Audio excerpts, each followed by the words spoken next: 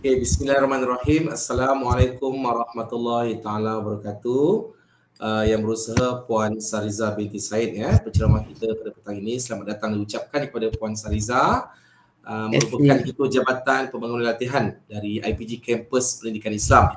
Terima kasih Puan kerana sudi luangkan masa bersama warga kampus Raja Melewar.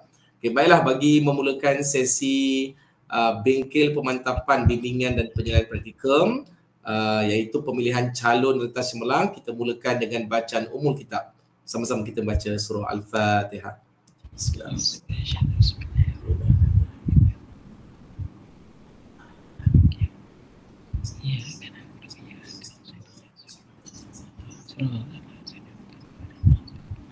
Amin amin ya rabbal alamin. Jelas suara saya Puan Sariza semua ya? Jelas, jelas.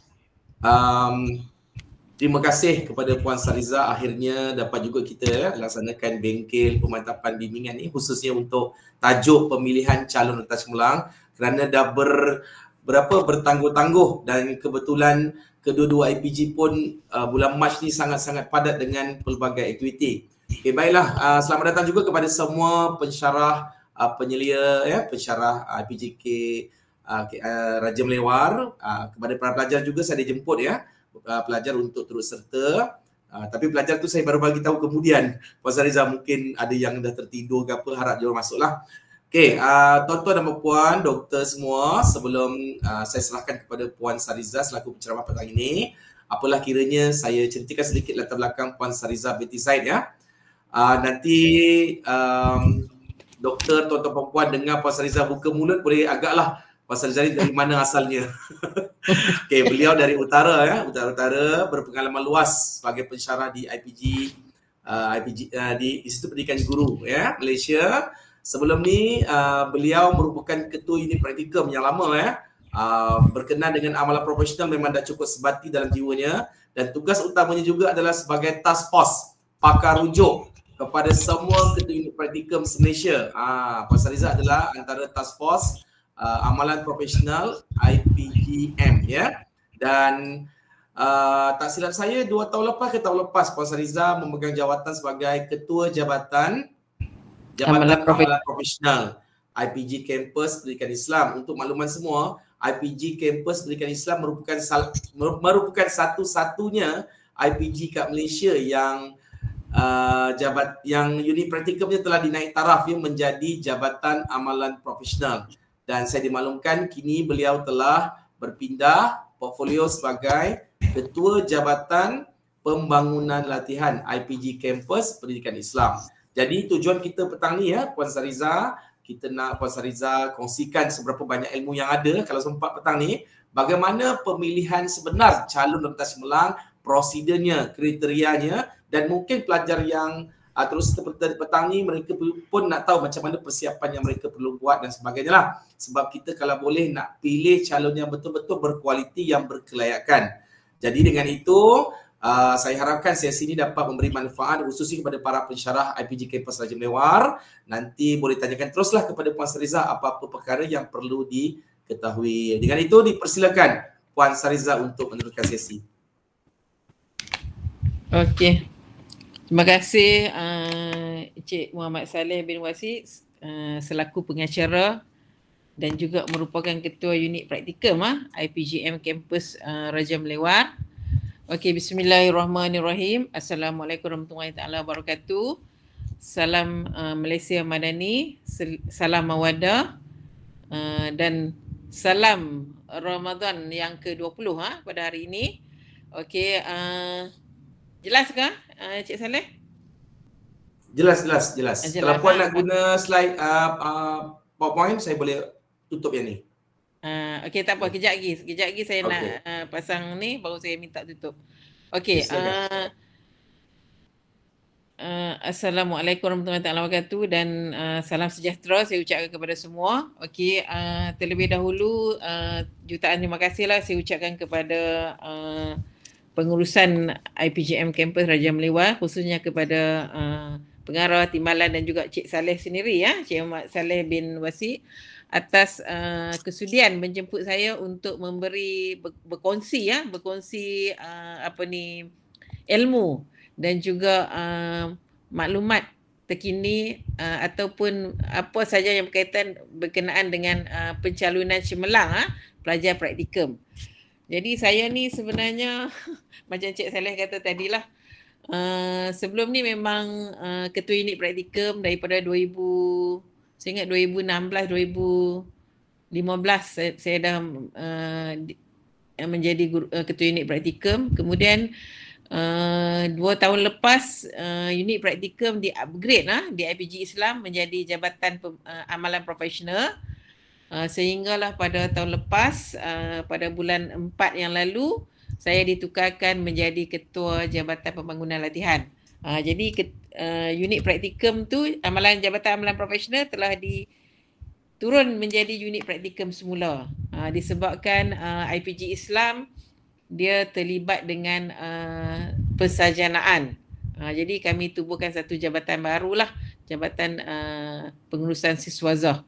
Jadi atas faktor tu saya dibawa ke sini, tapi apapun ilmu yang ada tu saya masih lagi ada, dan saya akan berkongsilah dengan tuan-tuan dan puan-puan yang hadir pada petang ini, khususnya para pensyarah dan juga para pelajar lah yang hadir bersama secara dalam talian pada petang ni ya. Okey, untuk makluman macam Cik Saleh bagi tahu tadi, sebenarnya saya pun petang ni kami ada majlis persaraan 2 orang pensyarah senior.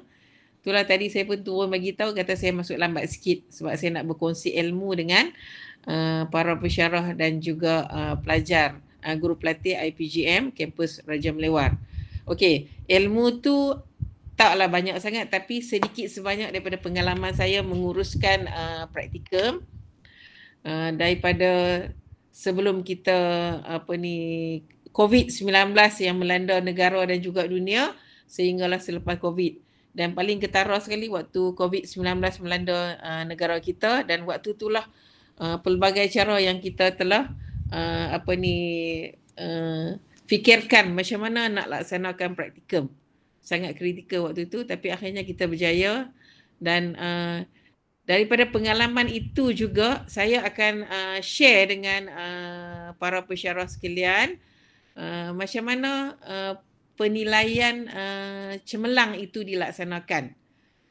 Nanti saya akan tunjuk satu video, dan di situlah tuan-tuan dan puan-puan, doktor, tuan-tuan dan puan-puan dan juga guru pelatih yang hadir pada petang ni boleh tengok apa yang patut kita ada, apa yang patut kita boleh lakukan, apa yang patut para pensyarah nak nilai kepada guru pelatih untuk dicalonkan cemerlang dan juga akhirnya disahkan cemerlang. Jadi sedikit sebanyak saya kongsikanlah pengalaman tersebut, dan juga ini merupakan satu inovasi lah saya rasa yang kita boleh guna pakai jika mungkinlah kita tak tahu, mungkin negara kita COVID-19 ni pun bagi kita mungkin dah berakhir, tapi kita tak jangka mungkin akan berlaku lagi dan kita minta dijauhilah kan. Tapi itulah yang kita boleh laksanakan.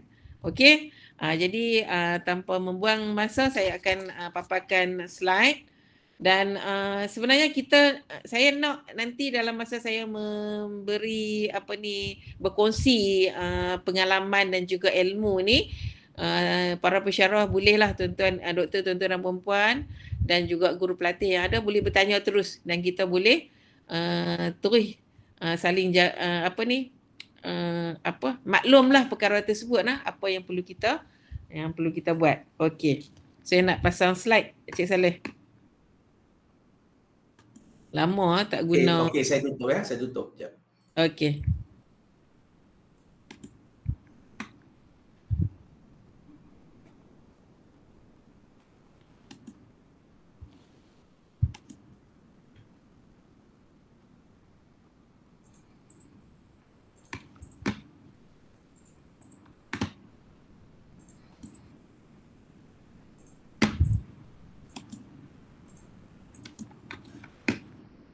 Okey, nampak Cik Saleh?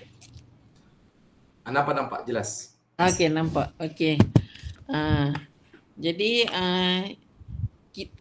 saya share mungkin sebagai kita kata sebagai panduan lah untuk doktor, tuan-tuan dan puan-puan, guru pelatih nak laksanakan nanti, sebab sekarang pun praktikum sedang berjalan lah. Jadi segala ilmu yang perkongsian ni boleh doktor, tuan-tuan dan puan-puan gunakan nanti ya. Okey. Jadi saya pun letak tajuk situ teruslah, kriteria pemilihan calon rentasan cemerlang.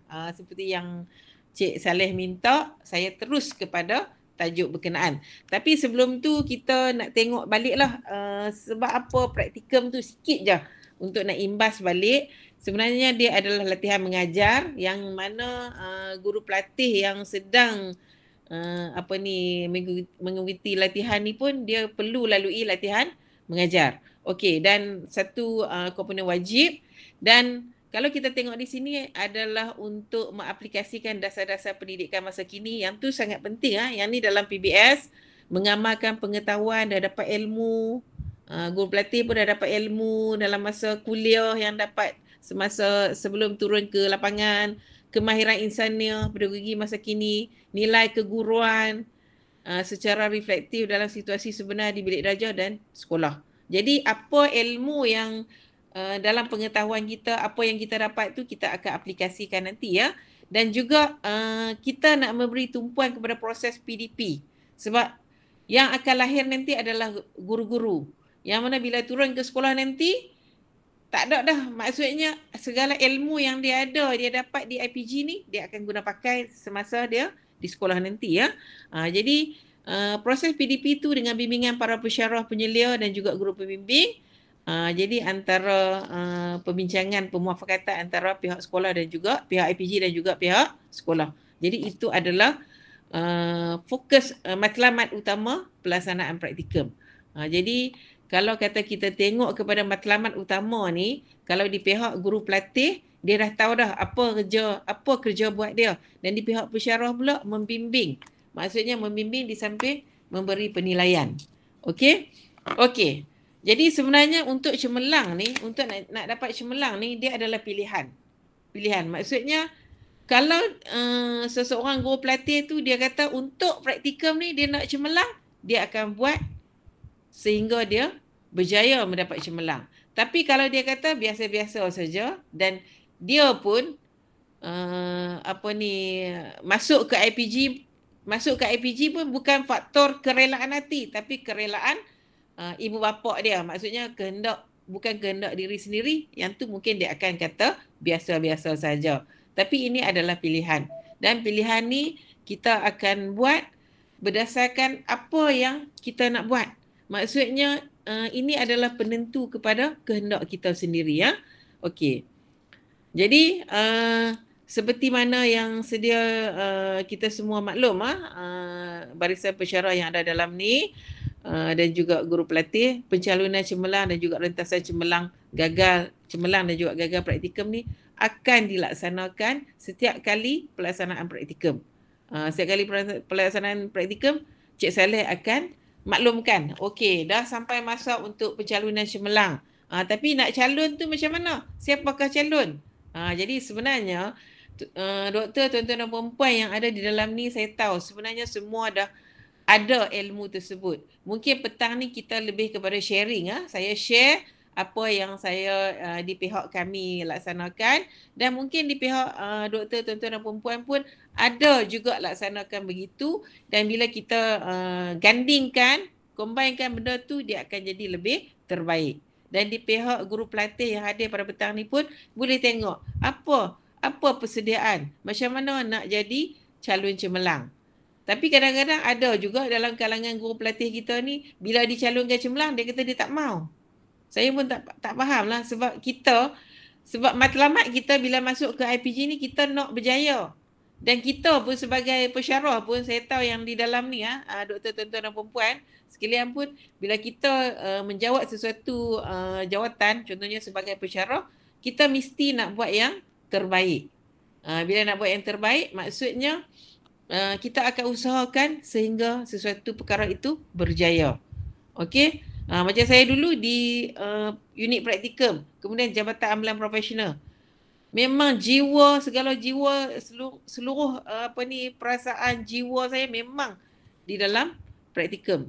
Sehingga Tuan Pengarah waktu tu Yang Besar Dr. Abdul Rahman tukarkan saya sebagai Ketua Jabatan Pembangunan Latihan atas faktor mungkin dia nak di sini, sebab sini pun satu yang penting juga, dia nak saya berubah lah.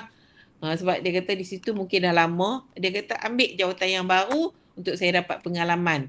Jadi bila masuk ke sini pun saya buat yang betul-betul macam tu lah. Sebab kita kena suka tentang apa yang kita nak buat. Kalau kita tak suka tu dia jadi susah sikit lah. Tu yang jadi pilihan tu, cemerlang ataupun biasa-biasa saja. Okey, pencalonan cemerlang ni Cik Saleh akan maklum kepada tuan-tuan dan perempuan sekalian, doktor tuan-tuan dan perempuan sekalian. Jadi maka doktor tuan-tuan dan perempuan bersama dengan guru pelatih akan berkira-kira lah waktu tu. Nak calon ataupun tak mau calon. Guru pelatih pula kata, adakah saya tercalon? Berusaha dah ni, buat dah pelbagai cara dah buat, strategi, kaedah, bahan bantu mengajar pun dengan yang terbaik. Tapi adakah pensyarah akan calonkan dia? Pensyarah pula kata, kriteria apa lagi ni saya nak tengok untuk nak calonkan guru pelatih saya. Jadi di sini waktu inilah akan timbul perbincangan antara pensyarah dan juga guru pembimbing dan juga bersama guru pelatih. Jadi maka bila dah dipersetujui ikut kepada kriteria yang saya nak share pada petang ni, maka terhantarlah tanpa sengaja ataupun maka hantarlah sampailah borang pencalonan cemerlang ni di unit praktikum IPGN kampus Raja Melewar, Lampiran F. Jadi dihantar ke sana. Okey. Kemudian selepas dihantar ke sana, maka Cik Saleh bersama tim dia akan proses dan maka dilaksanakanlah proses rentasan cemerlang 2 minggu sebelum tamatnya praktikum. Jadi akan berlakulah proses-proses ini ya. Jadi sebelum berlakunya proses-proses ini, jadi petang ni kita nak tengok apa yang sepatutnya, apa kriteria yang perlu ada pada guru pelatih tersebut untuk kita angkat dia sebagai calon cemerlang. Okey. Tapi sebelum tu kita tengok kata-kata ni ya. Cemerlang bukanlah kebetulan. Bukan kebetulan tengok bukan kebetulan. Dia adalah hasil usaha yang gigih dan tekad yang kuat. Maksudnya dari hari pertama dia melangkah kaki, guru pelatih melangkah kaki ke sekolah, dia dah bertekad dah dalam diri dia, aku nak cemerlang. Jadi bila dia dah bertekad, dia akan mulakan proses untuk mendapat cemerlang tersebut. Proses tu macam mana? Dengan menyediakan pelbagai lah, ikut kriteria lah apa yang sepatutnya dilakukan. Tetapi kalau dia tak ada, maksudnya cemerlang ni bagi dia kebetulan saja. Jadi dia pun bila melangkah kaki hari pertama tu, dia kata ikut nasib lah.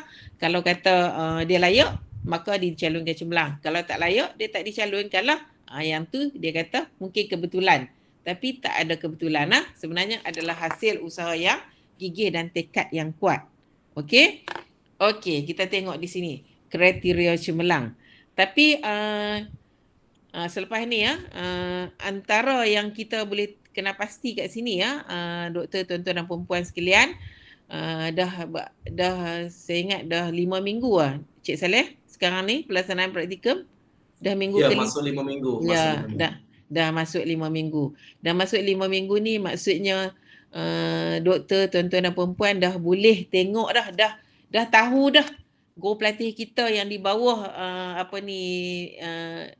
bawah bimbingan kita dan penyelidikan kita tu macam mana dia punya gerak langkah dia tu. Maksudnya prestasi dia tu kita dah nampak dah.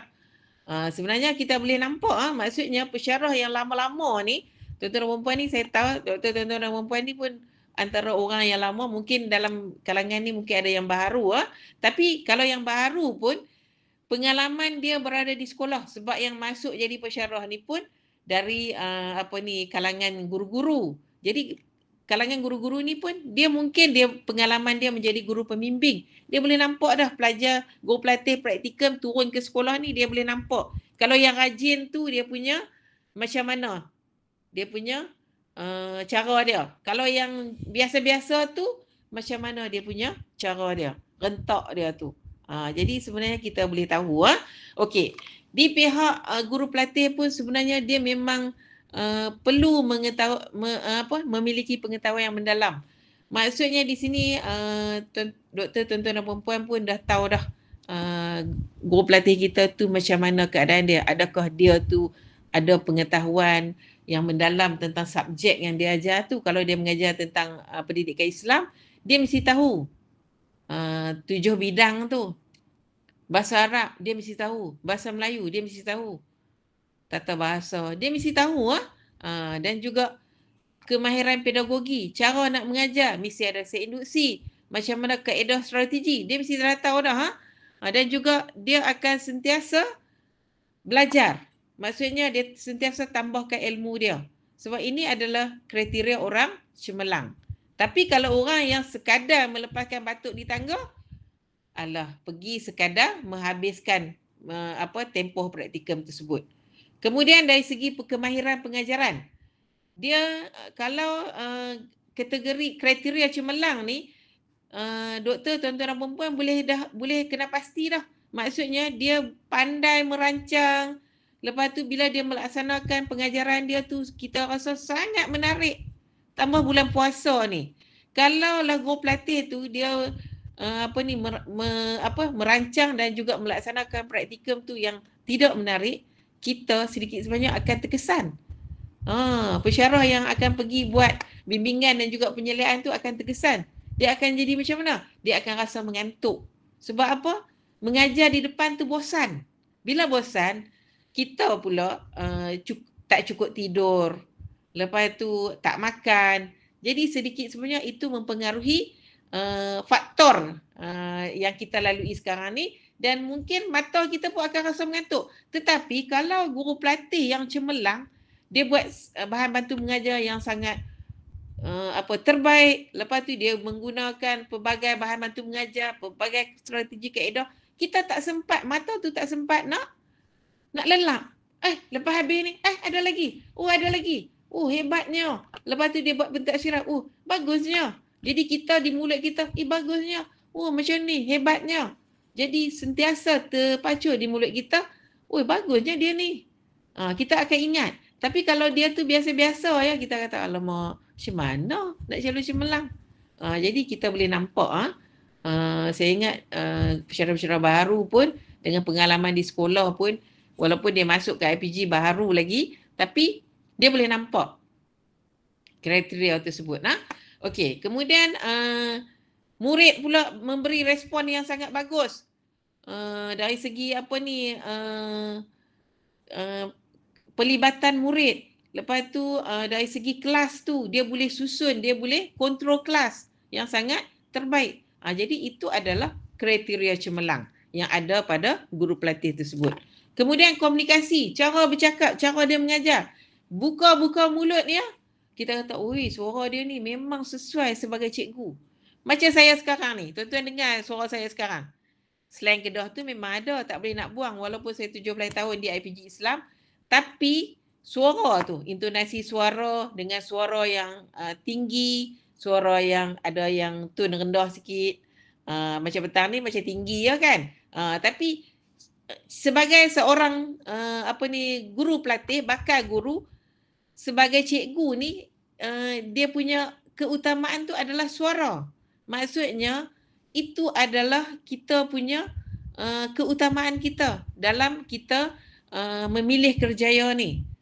Dia kalau kata dia suara dia jenis lemah lembut, suara pun slow, jadi dia kena buat penambahbaikan. Maksudnya komunikasi, cara bercakap tu, bila bercakap murid pun faham, murid pun memberi kerjasama. Tapi kalau dia bercakap, murid pun lagi bising. Yang tu maksudnya komunikasi yang tidak berkesan. Mungkin cara intonasi suara yang tidak sesuai. Jadi menyampaikan ilmu berinteraksi, cara bercakap dengan murid macam mana, ada intonasi dia. Kemudian dengarkan sejawat dengan ibu bapa, dengan cikgu-cikgu di sekolah. Yang tu pun kita boleh tengok dalam kalangan guru pelatih. yang ada di IPG kita dan di bawah bimbingan kita. Kriteria tu antara kriteria cemerlang juga. Kemudian sikap positif dan motivasi. Cemerlang mempunyai sikap positif, sabar dan bersemangat. Bersemangat ni, hari-hari bawa bahan bantu mengajar. Lepas tu setiap hari tu dia akan buat bahan bantu mengajar, dia akan buat slide ataupun dia cari video yang sangat bersesuaian dengan tajuk yang dia nak mengajar pada hari tersebut. Dan dia sentiasa ada motivasi. Setiap hari dia rasa dia nak buat yang terbaik, Yang tu maksudnya kategori cemerlang lah tu. Lepas tu dia sentiasa memberi galakan kepada murid dia. Boleh jawab terbaik ya, dia bagi hadiah. Dia bagi apa? Dia bagi token. Jadi itu adalah motivasi ya. Okey. Kemudian pengurusan kelas.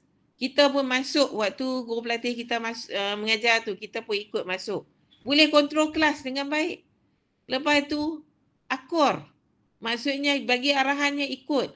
Lepas tu bila kita guru pelatih mengajar, bagi kerjasama yang sangat baik. Lepas tu di dalam kelas tu pula suasana yang kondusif. Kita pun bila duduk dalam kelas tu pun rasa selesa sangat. Sebab guru pelatih memainkan peranan yang sangat penting dalam pengurusan kelas. Disiplin. Murid-murid pun disiplin. Kemudian kreativiti dan inovasi. Dia melaksanakan pengajaran yang menarik. Dia buat satu inovasi. Jadi dia guna teknologi. Sekarang kan digital. Jadi banyak dia menggunakan teknologi. Sehingga murid-murid ni nak lagi, cikgu lagi. Jadi itu adalah kriteria cemerlang. Dan kemahiran refleksi. Selepas saja dia melaksanakan PDP, guru pelatih akan menulis kekuatan dan juga kelemahan. Apa yang perlu dia buat, penambahbaikan. Dia boleh nampak dalam masa dia mengajar tu, dia boleh nampak dalam tempoh sejam tu, bila kita kata okey, cuba kamu tulis refleksi selepas dia tamat mengajar selepas penutup tu, dia akan tulis. Kalau kata dengan jujur dia boleh tahu dalam masa dia melaksanakan PDP tadi, mungkin dia terlajak masa yang peruntukkan tu 20 minit tapi dia ambil 30 minit. Tu refleksi ya. Kemudian beradaptasi ya. Cuba sesuai dengan situasi perubahan, kurikulum, keperluan dan juga persekitaran. Maksudnya dia boleh sesuaikan diri. Dan akhir sekali adalah kerjasama dan juga kolaborasi. Maksudnya dia boleh bekerja berpasukan dengan kawan dia, boleh berpakat dengan guru pembimbing. Jangan pula dia cari pasal dengan guru pembimbing. Itu bukan kategori cemerlang lah.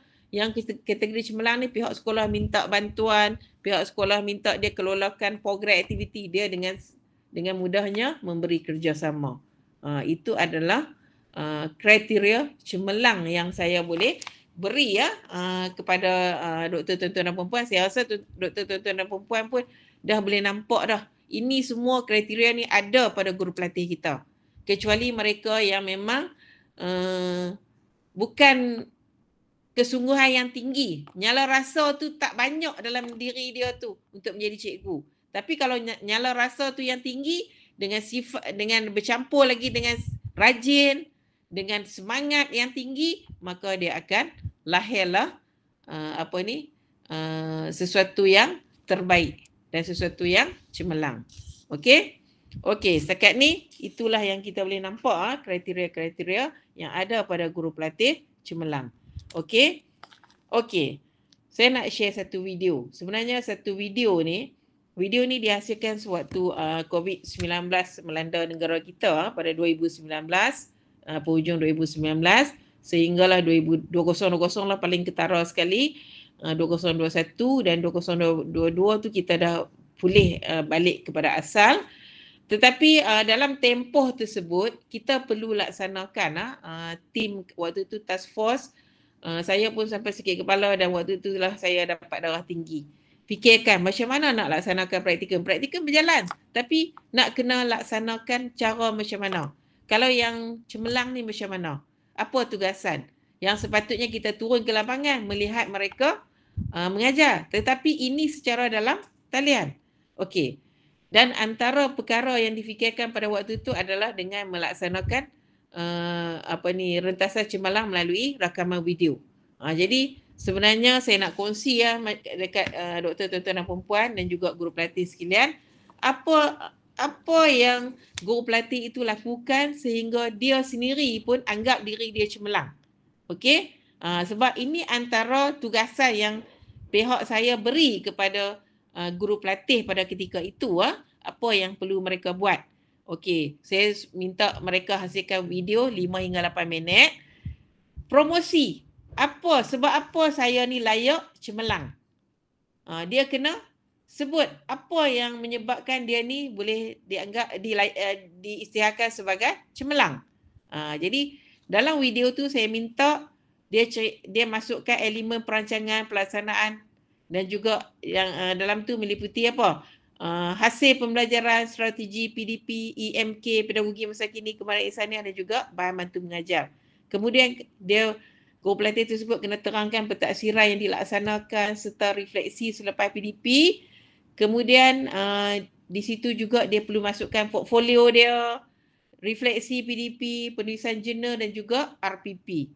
Kemudian dia terangkan juga pelaksanaan core curriculum dan juga peranan-peranan lain yang dia lakukan semasa di sekolah walaupun secara dalam talian.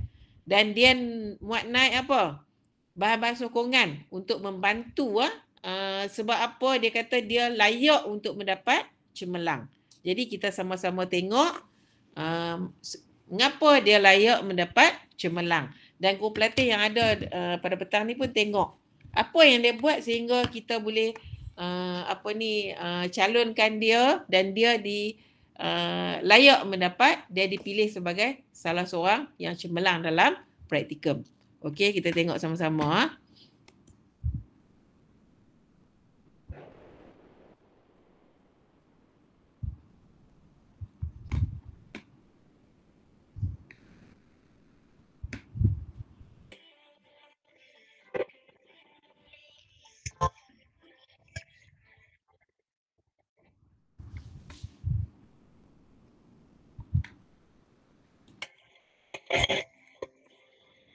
Okey, salah dengar Saleh.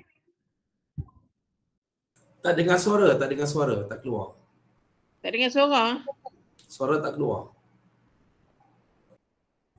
Ni? Tak dengar. Tak pasti yang lain. Dengar? Macam mana yang rakan-rakan pesyarah yang lain dengar tak? Saya tak dengar. Dengar tak? Tak dengar suara pun. Tak dengar. Tak dengar. Okey, saya nak forward video ni dekat Saleh. Boleh forward, bagi link pun tak apa nanti saya. Saya forward. Cuba bagi link nanti saya cuba mainkan kat sini. Okey.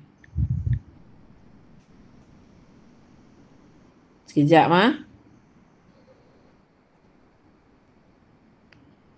Yang ni pelajar tersebut sebab apa dia layak cemerlang? Dia cerita. Okey. Ini adalah pelajar bahasa Arab dan juga pendidikan Islam. Okey. Dah hantar dah kat Saleh. Okey. Nak tutup dulu ke apa? Kita nak tengok yang tu dulu. Sekejap.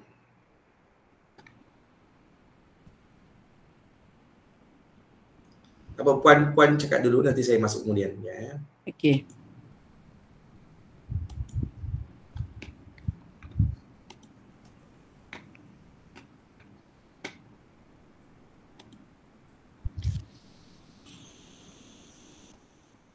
Okey, sebelum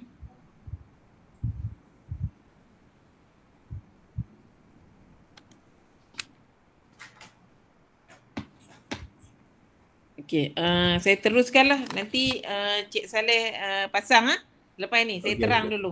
Okey. Terangkan dulu nanti saya saya terang dulu Okey. Berdasarkan video tu sebenarnya guru pelatih tersebut dia promosi. Apa yang dia buat? Apa yang dia buat sehingga dia boleh diisytiharkan sebagai cemerlang lah. Okey. Jadi berdasarkan tu sebenarnya apa yang perlu dibuat untuk mendapat cemerlang dalam praktikum? Kalau kita tengok di sini, yang pertama dari segi perancangan dan pelaksanaan PDP. Okey, sebagai pensyarah penyelia, doktor, tuan-tuan dan puan serta guru pelatih yang ada pada petang ni, kita memang kena laksanakan. Kita tak terlepas daripada membuat perancangan dan juga pelaksanaan PDP. Dan pensyarah pun bila dia turun ke sekolah, inilah perkara pertama yang dia nak tengok. Bila nak buat penyeliaan, nak pilih calon cemerlang, dia akan tengok dari segi perancangan dan juga pelaksanaan PDP. Okey? Jadi perancangan dan pelaksanaan PDP ni mestilah menyeluruh, meliputi hasil pembelajaran, strategi PDP, elemen merentas kurikulum, EMK, pedagogi masa kini, kemahiran insaniah, bahan bantu mengajar. Yang ni kalau kita tengok, doktor, tuan-tuan dan perempuan sekalian, kalau kita tengok, ada dalam borang bimbingan dan juga borang penyeliaan. Ini semua ada di dalam tu. Jadi, bila kita membuat bimbingan dan juga membuat penyeliaan, perkara-perkara inilah yang kita kena kenal pasti dengan lebih mendalam. Adakah hasil pembelajaran yang dibuat oleh dilaksanakan, dirancang ataupun dilaksanakan oleh guru pelatih ni mencapai? Adakah eksplisit, sesuatu yang dinyatakan dengan jelas dan terang? Maksudnya apa yang dia nak capai pada waktu dia melaksanakan PDP pada hari tersebut. Kemudian spesifik, lebih terperinci. Jadi sebenarnya di dalam video tu dah menerangkan nanti ya. Kalau tengok di situ kita boleh nampak nanti ya. Dan yang pasti yang paling utama adalah memenuhi kehendak di SKP dan juga kehendak murid. Itu hasil pembelajaran. Itu fokus kita. Bila kita tengok, tally dah. Di SKP yang dia pilih tu, dengan hasil pembelajaran tu, apa yang nak dicapai tu, dia relate dah. Jangan pilih standard pembelajaran dengan hasil pembelajaran yang tak relate. Yang tu bukan calon cemerlang. Tapi kalau calon cemerlang ni, dia dah tahu dah apa yang dia nak capai. Dia akan senaraikan kat situ. Apa yang dia nak capai. Okey. Kemudian strategi PDP. Strategi PDP di sini dia mesti pakai strategi yang bersesuaian lah. Berpusatkan guru, waktu dia mengajar tu murid semua bagi tumpuan, ada yang tak main. Maksudnya kira dia, kalau yang cemerlang ni semua tertunggu-tunggu, murid-murid tertunggu-tunggu. Apa cikgu nak, bahan bantu mengajar apa yang cikgu bawa hari ni? Jadi dia tertunggu-tunggu. Lepas satu-satu dia kata, cikgu lagi kami ni tak sabar dah. Itu menunjukkan dari segi murid-murid pun memberi kerjasama yang sangat baik dan dia sangat berminat. Itu dari segi strategi PDP. Kemudian berpusatkan murid. Boleh maksudnya memberi peluang kepada murid membuat perbincangan secara kumpulan. Itu pun mesti ada dalam kriteria guru pelatih yang cemerlang, calon cemerlang. Maksudnya bukan fokus kepada dia saja, dia seorang saja mengajar di depan. Tetapi dia berpusatkan murid dan juga berpusatkan bahan bantu mengajar yang dibawa, yang disediakan. Jadi ini adalah strategi PDP yang diguna pakai. Maksudnya kalau ada semua komponen ni, maksudnya kriteria ni, guru pelatih ni memang termasuk dalam kriteria calon cemerlang. Okey. Kemudian elemen merentas kurikulum. Okey. Pemilihan nilai murni yang bersesuaian. Dalam masa pelaksanaan tu dia memilih nilai murni yang bersesuaian lah. Bersesuaian dengan tajuk yang dia mengajar pada hari tersebut. Kemudian dari segi bahasa. Penggunaan bahasa yang sesuai pengajaran berdasarkan projek, kebat. Ni semua-semua ni dia akan masukkan semasa pelaksanaan PDP dia. Kemudian pembelajaran aktif dan kolaboratif. Dan teknologi dan inovasi, TMK. Menggunakan teknologi terkini. Sekarang ni kan digitalan, maksudnya dia menggunakan slide, dia menggunakan video-video yang bersesuaian. Jadi bila dia melaksanakan PDP tu, murid pun tak boring. Terutama kalau sekarang ni lebih kepada banyak kita tengok sekarang ni antaranya aplikasi TikTok. TikTok tu pun boleh diguna pakai maksudnya dia tunjuk sikit video ataupun tunjuk sedikit sedutan daripada TikTok tu, murid-murid kita ni akan bagi tumpuan.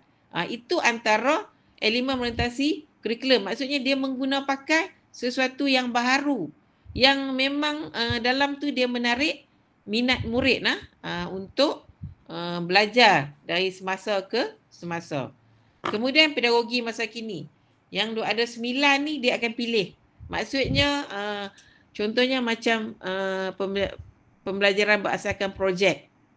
Dia buat dalam bentuk kumpulan. Maksudnya 9 yang ada ni dia guna pakai. Bukannya semualah. Maksudnya mungkin 1-2 dia akan guna pakai waktu pelaksanaan PDP dia. Kriteria ni mesti ada dalam kita nak mencalonkan calon cemerlang. Kalau dia tak mengguna pakai ni, kita sekadar kata kita datang, lepas tu kita tengok bagusnya, tapi tak boleh maksudnya kita kena bertanya kepada guru pembimbing. Sebenarnya dalam hal ni sebelum kita membuat penyelidikan, sepatutnya dia ada proses bimbingan. Bimbingan iaitu memberi skala. Bimbingan akan dilaksanakan sebelum penyelidikan berlaku. Waktu bimbingan itulah kita akan buat teguran kepada dia, bimbing dia apa yang kan praktikal bertema tu, kita akan bimbing dia apa perkara yang dia tak faham. Contohnya dalam projek ni yang pembelajaran berasaskan projek yang mana dia tak faham, kita akan bimbing dia dan selepas tu barulah kita membuat penyelidikan untuk memberi markah. Tapi bila kalau dalam masa tempoh kita memberi bimbingan tu dia pun lagi mantap dan waktu penyelidikan pertama tu kita dah boleh bagi markah yang tinggi. Okey? Di situ pun kita dah nampak guru pelatih yang cemerlang ni dia dah menunjukkan kebolehan dia yang sangat terserlah lah. Waktu tu kita nampak dia dapat melaksanakan PDP menggunakan pedagogi masa kini, penggunaan yang sangat menyeluruh dalam perancangan dan juga pelaksanaan PDP dia. Okey, seterusnya kemahiran insaniah. Dia kena mengguna pakai maksudnya daripada 9 ni dia akan ambil yang mana yang sesuai dari segi kemahiran digital. Dia menggunakan video ataupun dia menggunakan slide yang berkaitan dengan digital lah, yang dapat membantu pelaksanaan PDP dia lebih menarik lah dan menarik minat murid nak mengikuti PDP dia pada hari tersebut. Kemahiran konektif, kita bagi pencabahan ilmu, maksudnya bagi dia fikirkan, buat secara kumpulan, fikirkan, lepas tu dia bentang di depan. Kalau sekolah rendah ni yang bersesuaian lah, yang mudah-mudah. Okey. Tapi kalau cikgu yang guru pelatih yang dalam kriteria cemerlang ni, dia sangat kreatif. Dia tak akan guna buku teks. Kalau buku teks tu boleh diguna tapi dia ubah sesuai. Dia akan guna pakai dalam bentuk slide. Dia tak ambil lah buku sebuah tu, okey buka buku teks, kita akan tengok tajuk ni. Tidak kebiasaan kriteria cemerlang ni, dia guna bahan dalam buku teks tu tapi dia ubah sesuai dalam bentuk slide. Okey, mungkin dia ringkaskan, dia ubah sesuai, maksudnya aktiviti tu dia masukkan dalam slide, lebih menarik dan dia masukkan juga video-video. Mungkin di dalam buku teks tu tak ada video sebab dia sekadar buku, tetapi di dalam slide dia boleh masukkan video. Tu kriteria guru pelatih calon cemerlang. Dia berfikir lebih pada tu. Maksudnya bukan sekadar itu saja. Dia boleh daripada itu dia kata, aku boleh ambil video ni kat sini, masukkan video. Dia tambah lagi supaya bahan pengajaran dia pada hari tersebut lebih menarik. Asal daripada buku teks saja, tapi dia muat naik video. Tajuk daripada buku teks tu tapi dia masukkan di dalam slide. Jadi kemahiran insaniah dia akan ambil salah satu maksudnya ataupun 2 ataupun 3 yang dia boleh guna pakai sewaktu PDP perancangan dan juga pelaksanaan PDP yang akan dilaksanakan. Okey. Selain daripada itu kita tengok bahan bantu mengajar. Bahan bantu mengajar pun merupakan salah satulah yang sangat kriteria yang sangat penting. Dia tak adalah melenggang masuk ke kelas. Lepas tu masuk ke kelas tak ada apa. Kadang-kadang guru pelatih ni dia kan dalam tempoh 10 minggu, 12 minggu tu yang terbaru ni 12 minggu Tapi agak wara juga campur dengan internship apa semua. Okey, tapi kalau yang pakai MK 10 minggu. Dalam tempoh 10 minggu tu pelbagai bahan bantu mengajar yang dia bawa. Tu adalah kriteria cemerlang. Balik je dia guna. Dia buat bahan bantu mengajar. Dia guna carta, dia guna slide PowerPoint, dia guna video, dia guna bahan maujud. Kalau kata nak mengajar sayur, dia pergi beli sayur yang real lah, supaya dia dapat tunjuk. Itu kriteria cemerlang. Jadi inilah yang perlu ada pada guru pelatih yang nak dicalonkan cemerlang. Mesti menggunakan bahan bantu mengajar. Kalau kita kata sekali skala ya, sikit-sikit ya guna, kita tengok berapa persen. Dan dalam tempoh dia melaksanakan PDP dia tu, dan kita ni pensyarah hanya 5 kali saja pergi ya. 5 kali, 4 kali untuk yang bidang teras tu 5 kali, elektif teras tu 4 kali. Jadi dalam tempoh kita pergi tu, mungkin kita kata waktu dia mengajar masa lain tu, adakah dia menggunakan pakai bahan bantu mengajar? Yang tu kita kena berbincang dengan guru pembimbing. Dan mungkin kita minta dia, kita tanya dia. Sebab nak calonkan guru calon cemerlang ni, kalau kita hantar, sebab waktu saya di unit praktikal dan Jabatan Amalan Profesional dulu, kadang-kadang pensyarah ni dia calon cemerlang ni, dia pakai hantar saja. Kadang-kadang bila kita tengok balik RPH dia, bahan bantu mengajar, tak capai.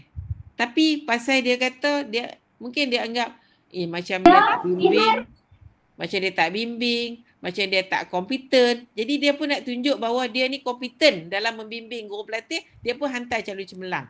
Tetapi apa yang berlaku? Bila kita semak balik, bila berlakunya rentasan cemerlang, tak capai.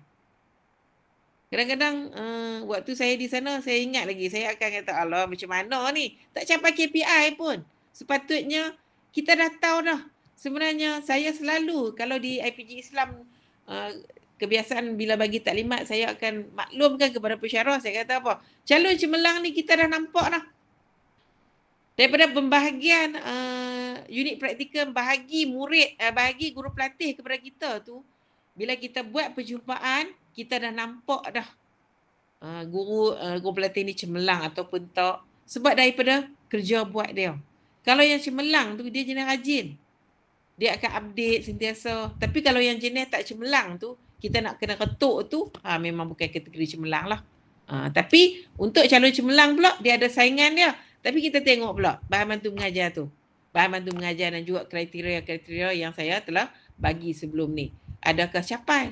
Sebab yang tu, dia menjawab kepada borang penyeliaan praktikum tu. Dan juga borang rentasan cemerlang.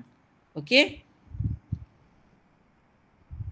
Okey, ni juga antara bahan bantu mengajar yang guru pelatih boleh gunakan semasa pelaksanaan PDP. Yang ni khususnya kepada yang memang dia betul-betul nak aim, dia nak dapat cemerlang, dia akan guna.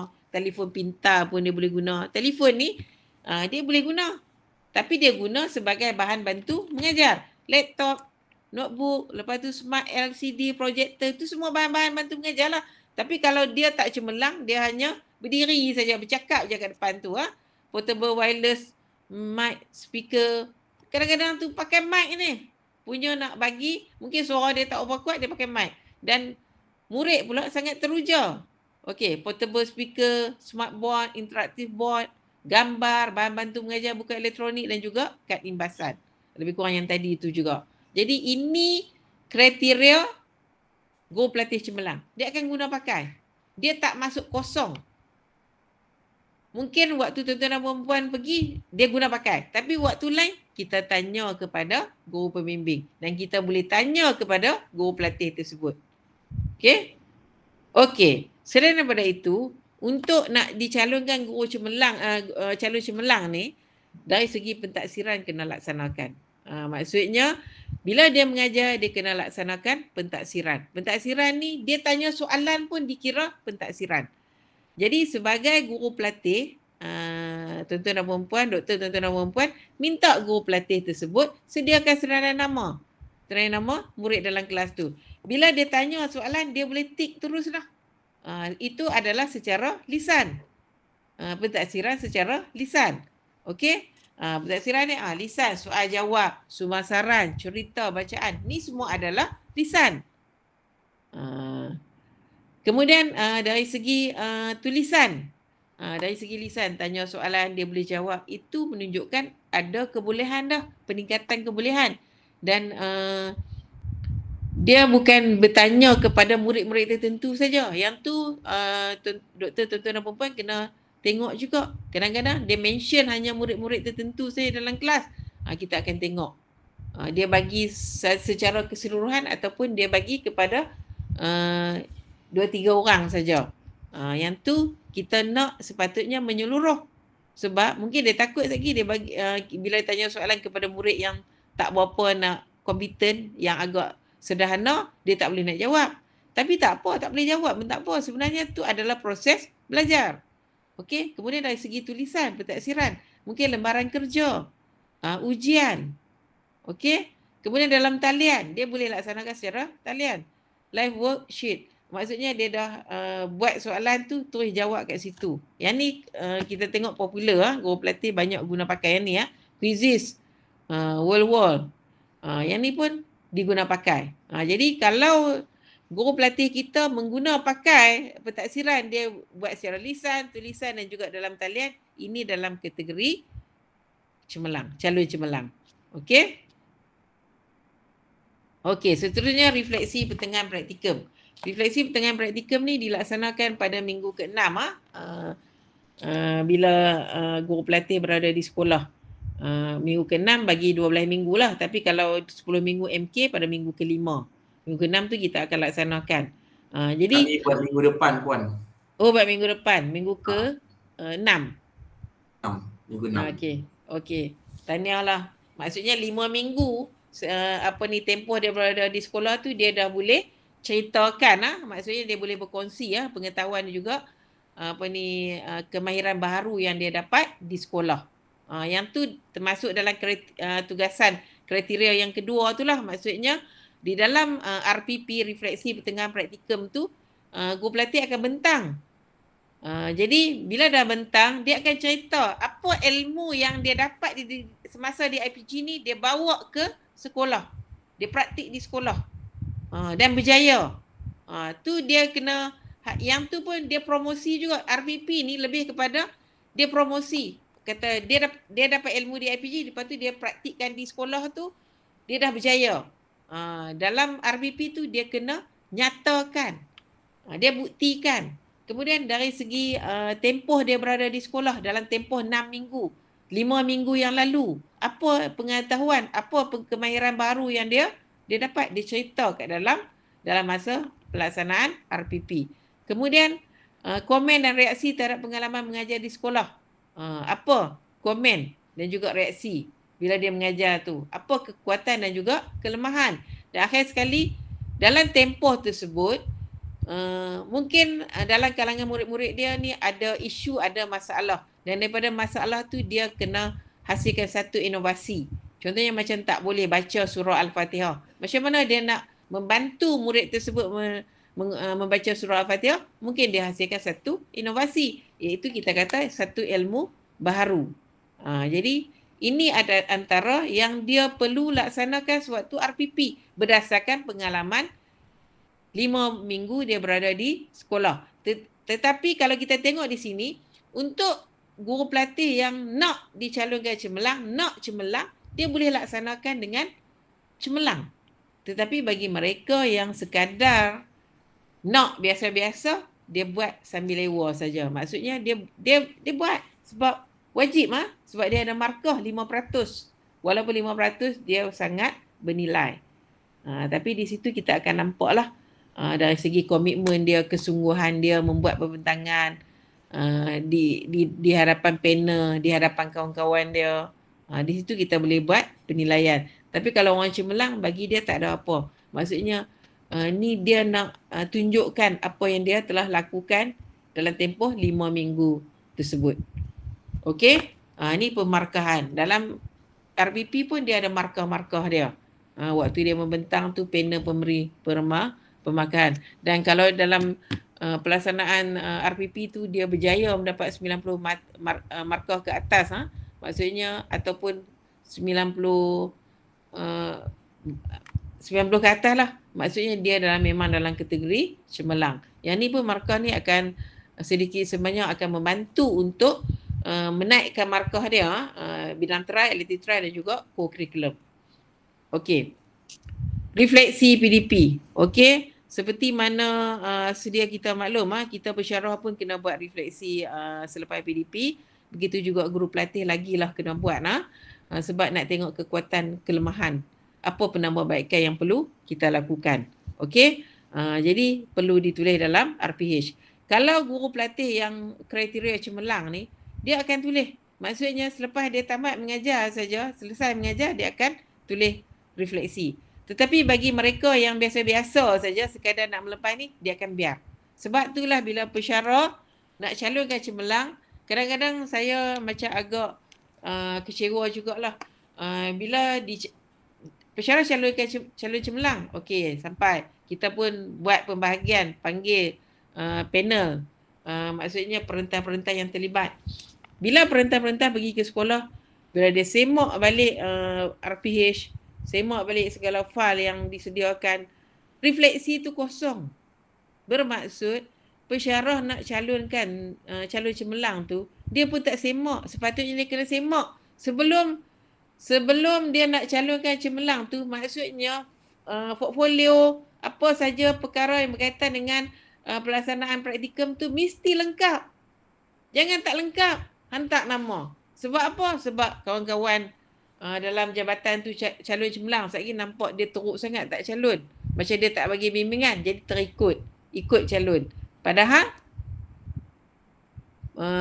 bimbingan ataupun tak semak, sepatutnya semak, tak semak. Tapi bila perintah pergi, dia tengok, macam ni kau calon cemerlang. Perintah pun tak perhati, akhirnya turunlah 89. Okey, sepatutnya itu tak berlaku. Maksudnya kita dah tengok komplit lengkap. Layak ni, memang layak dia ni. Buka file RPH, semua lengkap. Buka file co-curriculum, lengkap. Bahan bantu mengajar, satu file, lengkap.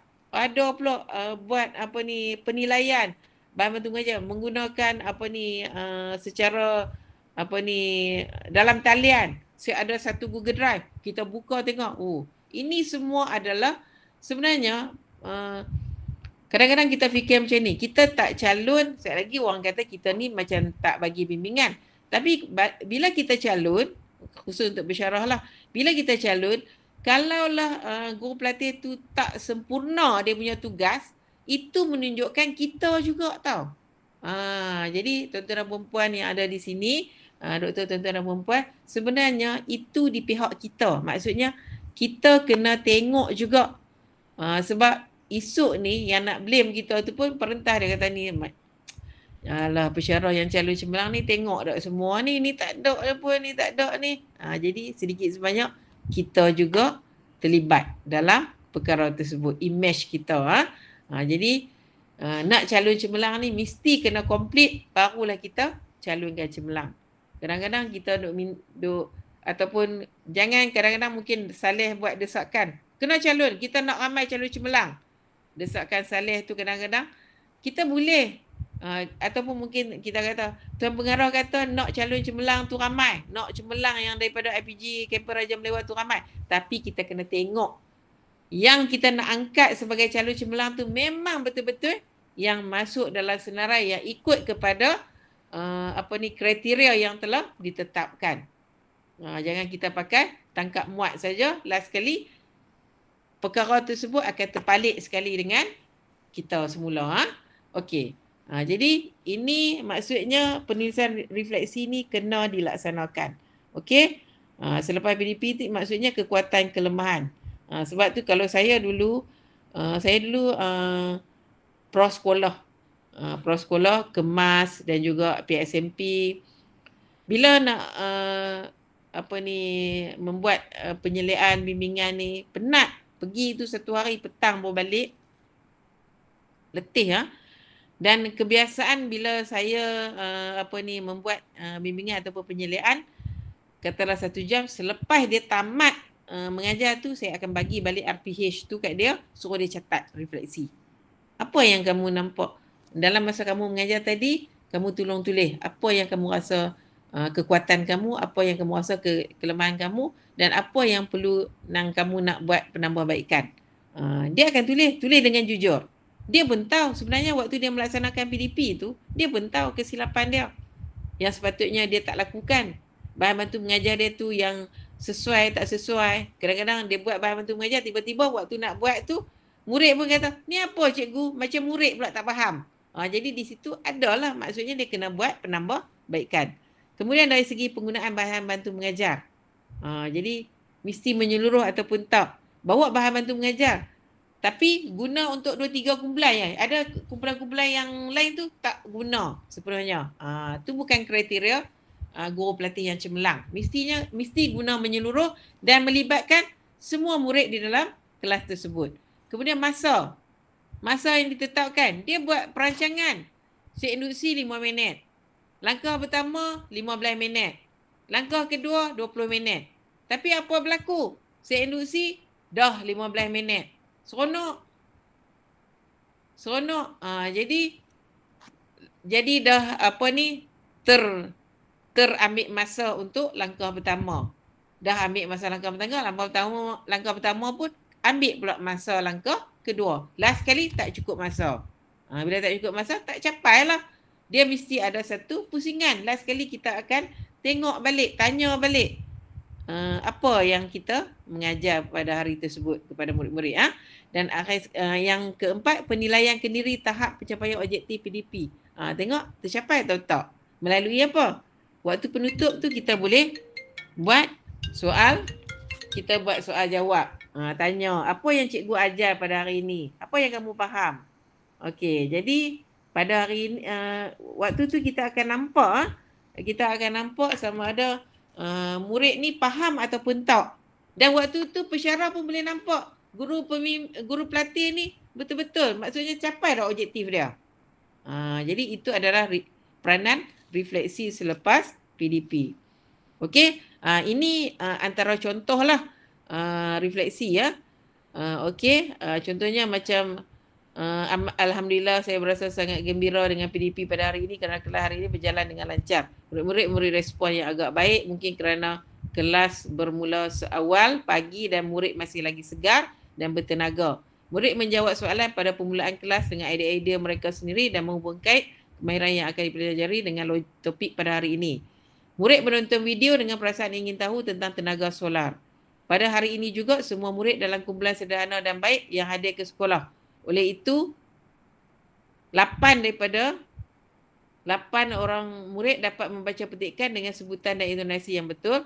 Apabila masuk langkah kedua iaitu menganalisis maklumat, murid kelihatan agak ragu untuk memberi jawapan sehinggalah guru menterjemah setiap perkataan dengan bahasa yang difahami. Pada peringkat ini dapat dilihat murid yang sederhana juga sukar untuk menganalisis teks yang mereka baca kerana tidak memahami beberapa perkara daripada istilah sains. Oleh itu, guru mengambil perhatian dengan menyediakan lebih banyak bahan bantu mengajar daripada kosakata tertentu dengan menyertakan gambar yang sesuai supaya murid mudah faham perkataan-perkataan tersebut.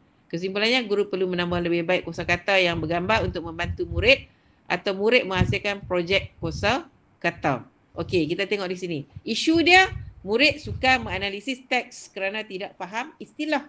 Itu isu dia. Ni yang kita tulis dalam refleksi waktu kita mengajar tadi. Kita dapati 8 orang tak berapa nak faham. Jadi apa isu dia? Dia tak faham istilah-istilah tu. Analisis teks tu sebab dia tak faham istilah. Kemudian, apa tindakan dia? Kita dah ni, akhirnya dia menyediakan bahan bantu mengajar. Berbentuk kosakata bergambar projek kosakata. Dia buat analisis. Sebab apa? Sebab dia tak faham dari segi istilah. Ni yang akan membantu murid-murid tersebut. Tapi kalau guru yang kriteria cemerlang, dia akan buat guru pelatih yang kriteria cemerlang, dia akan buat macam ni lah. Dia punya tindakan selanjutnya. Okey? Tapi kalau yang sekadar biasa-biasa, dia akan kata apa? PDP berjalan lancar. Tak boleh lah macam tu. Kena detailkan macam ni. Okey? Seterusnya rumusan dan penulisan jurnal. Jurnal ni adalah seminggu sekali ya. Kalau 10 minggu 10 jurnal. 12 minggu 12 jurnal. Okey. Jurnal ni memilih satu isu utama untuk penyelesaian melalui jurnal mingguan, keutamaan kepada isu PDP. Okey. Jurnal ni adalah himpunan daripada isu-isu yang berlaku waktu kita isu-isu yang timbul sewaktu pelaksanaan PDP. Waktu kita melaksanakan PDP tu ada isu. Ada yang tak faham. Itulah yang kita akan tengok daripada mana? Refleksi. Sebab tu refleksi kita kena detail. Isu akan kita ambil daripada situ. Kemudian nak selesaikan isu tersebut melalui apa? Melalui jurnal. Daripada jurnal tu kita akan tengok macam mana penyelesaian dia dengan membuat rujukan literature review, kajian-kajian lepas, dan maka di situ kalau ada kajian-kajian lepas yang berkaitan, maka kita akan lahirkan inovasi. Jadi inovasi itu kita akan dokumentasi dalam bentuk folio. Okey, kita tengok di sini. Contoh jurnal mingguan. Murid hari Isnin, Selasa, Rabu, Jumaat ni, murid ni kerap ke kelas, ke tandas. Dua kali ya kita tengok kat sini. Kawalan kelas hari Isnin, yang kedua hari Isnin juga kerap ke tandas. Selasa kerap ke tandas dan juga kawalan kelas. Sama juga. Murid lambat siapkan kerja sekolah hari Rabu. Jumaat murid lewat masuk kelas. Tapi kita tengok sebab apa? Keutamaan yang mana siap kerja ni? Tapi kat sini kita query sebab apa dia kerap ke tandas? Lepas orang ni. Lepas orang ni. Jadi kita pun isu yang difokuskan di situ adalah beberapa orang murid yang suka ke tandas waktu cikgu sedang mengajar. Waktu guru pelatih sedang mengajar. Waktu dia sedang mengajar, murid suka pergi tandas.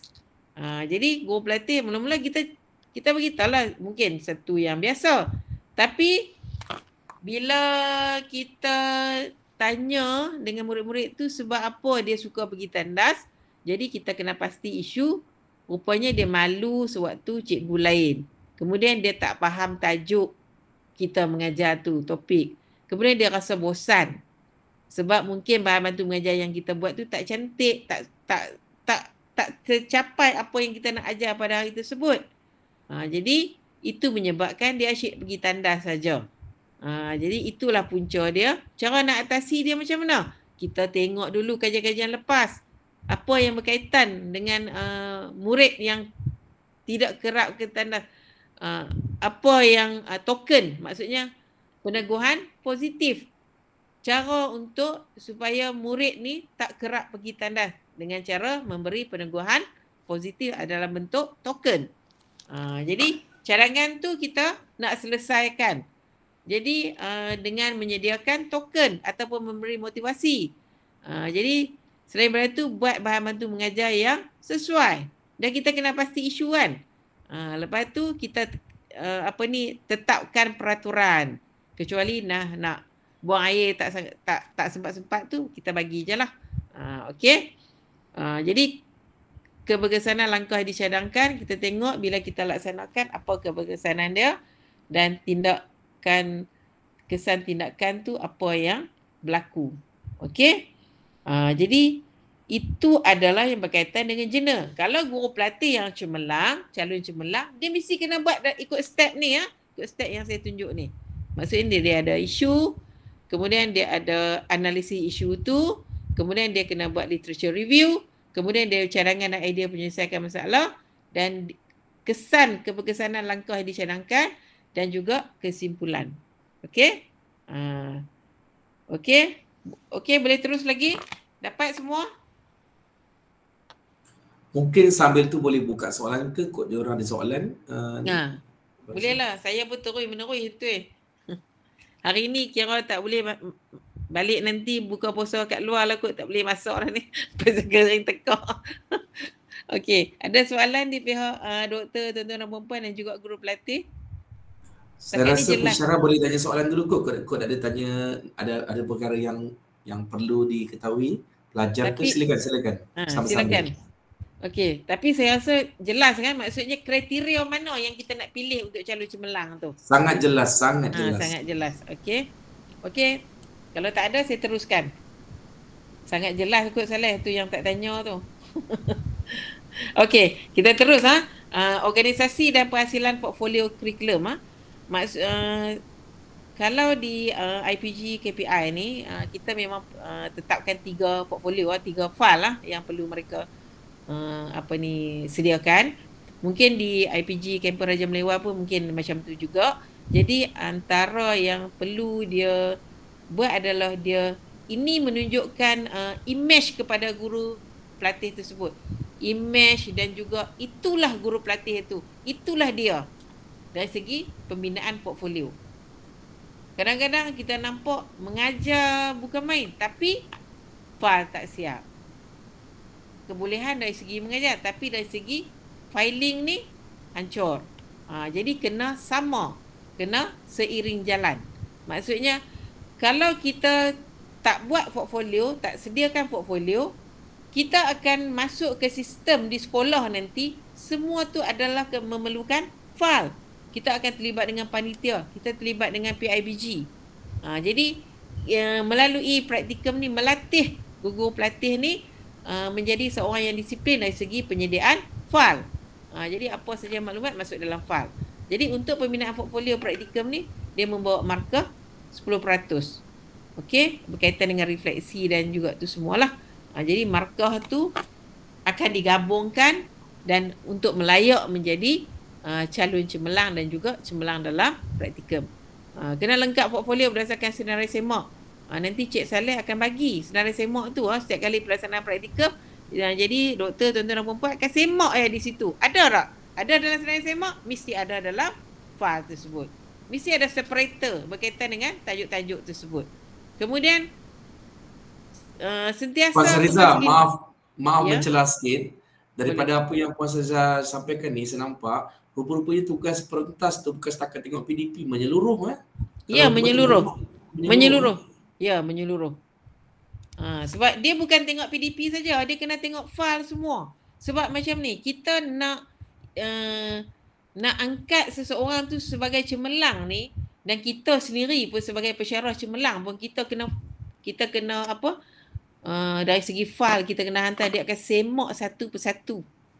Dan pengalaman saya sendirilah bila terlibat dalam profiling, kita hantar file, dia akan semak, ada satu juruterkuasa akan semak file, akan ni. Jadi nak istiharkan kita tu, nak nobatkan kita sebagai cemerlang tu, kita tengok semua kriteria. Jadi di sini portfolio tu kena tengok. Waktu nak calon tu tengok semua. Kena update, kena tanda tangan, initial sikit dari muka depan tu. Lepas tu RPH dia tu lengkap tak? Refleksi tu ada ke tak ada? Lepas tu RPH tu dia skip ke tak? Kadang-kadang guru pelatih ni dia cerdik. Dia tengok pensyarah dia tak apa nak ambil peduli sangat, dia skip. Minggu tu sepatutnya ada RPH dia ada 6, tapi dia skip tinggal 4. Bila waktu pensyarah datang tu dia kata tak siap lagi. Lala dia tinggal, dia buat yang minggu depan. Guru pelatih ni bila dia start tinggal RPH, dia akan jadi makin banyak. Kalau Raja Melewa tulis tangan ke apa kalau untuk pendidikan Islam, Cik Saleh? Kan bertype? Semua bertype, so kita dah selaraskan bertype. Bertype Tapi kalau di IPG Islam bertulis tangan. Kalau bertype pun kadang-kadang dia copy paste yang kawan dia ataupun dia copy paste yang lama-lama, dia tak nama sekolah pun kadang-kadang, nama sekolah lain, bilangan pelajar pun, bilangan murid pun lain. Kadang-kadang dia copy paste. Sebab guru pelatih ni kadang-kadang dia kerja part time dia tu pun banyak juga. Selain daripada tugas dia sebagai guru pelatih tu. Saya di sini memang kalau bagi taklimat ni saya akan marah. Kerja kamu adalah menjalani praktikum. Buat RPH saja, mengajar. Duit kerajaan dah bagi, elang kerajaan dah bagi. Nak tambah pendapatan, duk buat Grab lah apa tu. Kadang-kadang yang tu lah yang mengganggu. Sebab itulah kadang-kadang portfolio tu tak kemas kini. Kena sentiasa kemas kini. Pensyarah kena semak, kena cop, bawa cop, kena tanda tangan untuk nak menunjukkan bahawa kita alert benda tu. Dan guru pelatih tak boleh main-main. Pensyarah akan semak sentiasa. Kemudian semak guru pembimbing dari semasa ke semasa. Waktu taklimat tu mungkin Cik Saleh maklum kepada guru pembimbing untuk semak sentiasa. Sebab portfolio ni lah yang kadang-kadang menjadi punca jugalah Bila dicalonkan cemerlang, kita duk tengok RPH saja. Tengok dia mengajar, kita calon cemerlang. Tapi kita tak semak portfolio. Perentas pula dia akan tengok, dia tak boleh tengok ni, dia kena tengok keseluruhan. Kadang-kadang tengok mengajar tu cantik tapi portfolio hancur, tak lengkap. Boleh diturunkan markah kepada 89. Sebab menyeluruh. Portfolio mesti sentiasa dibawa dan dijaga dengan kemas. Kadang-kadang tinggal di rumah. Portfolio mana? File mana? Tinggal kat rumah. Yang tu tak boleh. Mesti. Macam kita ringkasan mengajar lah. Sentiasa bawa. Okey. Itu tentang portfolio. Kemudian pelibatan dan pengamalan nilai dalam aktiviti dan peranan-peranan lain. Maksudnya di sekolah ni bila dihantar ke sekolah, guru pelatih dia dengan IPG tu maksudnya pelibatan dia di IPG tu agak terbatas lah. Kecuali ada urgent saja. Sebab ada surat perkeliling waktu tu zaman Datuk Sulaiman sebagai rektor, telah keluar satu surat menyatakan bahawa guru pelatih yang dihantar ke sekolah tidak boleh dipanggil balik. Satgi IPG asyik-asyik panggil balik. Bila kita hantar guru pelatih ke sekolah, itu adalah hak sekolah. Maksudnya sekolah nak bagi latihan dari segi apa tugasan dia. Bukannya membuli maksudnya dia bagi tugasan yang guru pelatih kena tahu dan kena laksanakan sebagai persediaan dia masuk ke sistem yang sebenar. Jadi kalau di sekolah dia kena hadiri mesyuarat guru, mesyuarat menjadi pembantu dalam aktiviti kurikulum dan juga apa-apa aktiviti di sekolah, ataupun pihak sekolah minta dia organize satu program. Contohnya bicara mawadah, dia urus. Jadi itu adalah pelibatan dan juga peranan-peranan dia. Maksudnya di sekolah ni selain dia mengajar, dia kena terlibat dengan aktiviti yang dilaksanakan di sekolah. Jangan pula kata, pensyarah tak bagi ni IPG, kami kena balik ke IPG. Yang tu Cik Saleh kena tengok. Maksudnya kadang-kadang ada pensyarah kita ni suka panggil balik student kita balik ke IPG. Tak boleh. Maksudnya biar dia fokus kepada aktiviti pelibatan dia dengan pihak sekolah. Kemudian mungkin dalam kalangan guru pelatih ni, PPD ataupun JPN, minta terlibat sekali. Contohnya dia ada kepakaran dari segi juruacara. Mungkin di sekolah tu tak ada juruacara, ataupun di kawasan tu tak ada juruacara yang terbaik. Tengok-tengok guru pelatih boleh. Jadi dia jemput sampai peringkat PPD ataupun JPN pun boleh terlibat sebab kita nak dia explore, dia didedahkan dengan kerja buat dia sebagai bakal pendidik. Kemudian mesyuarat anjuran PPD JPN, kalaulah cikgu tu nak bawa dia untuk dia nak tengok contohnya macam nak memberi pengalaman kepada dia tu tak ada masalah. Cuma kita tak mahu dia mengganggu waktu PDP saja. Kemudian dari segi kemasyarakatan dia boleh terlibat sebagai AJK PIBG, sarana ibu bapa. Walaupun kita kata 3 bulan je, tapi mungkin dia boleh membantu dengan idea-idea. Yang pergi ke sekolah ni adalah guru pelatih yang kita kata dari segi pemikiran tu sangat fresh lah. Mungkin bila turun ke sana dia boleh bagi idea-idea yang terbaik. Macam kita ni dah makin meningkat usia. Doktor, tuan-tuan dan perempuan termasuk saya sendiri, kita dah usia makin meningkat. Jadi kadang-kadang kita tak dapat nak bagi idea yang sangat fresh, yang sangat bernas. Okey, kemudian dilantik sebagai tengkuasa dalam program anjuran PIBG pun kita boleh terlibat. Sebab yang ni kita nak tengok dari segi pelibatan. Dan yang ni sangat penting bila kita nak nobat dia sebagai cemerlang tu, dia kena ada ni. Dia kena terlibat. Dia kalau ikut tu keseluruhan aspek tu dia kena terlibat. Okey. Okey, kita tengok pula co-curriculum. Okey, co-curriculum ni dia ada folio co-curriculum. Dia kena ada file co-curriculum dia.